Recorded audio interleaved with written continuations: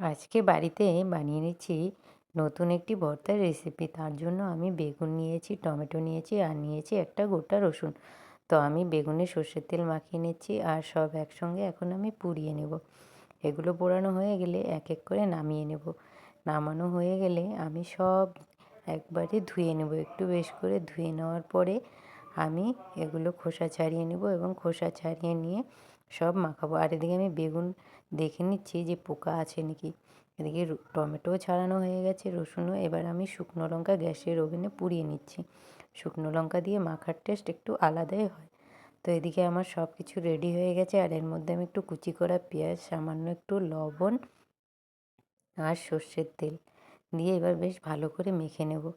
আমার মাখানোর শেষে আমি একটু কী করব, আবার একটু সর্ষের তেল হাতে করে নিয়ে মাখাতে দিয়ে দেবো এবং গরম ভাতের সঙ্গে পরিবেশন করব। কেমন হয়েছে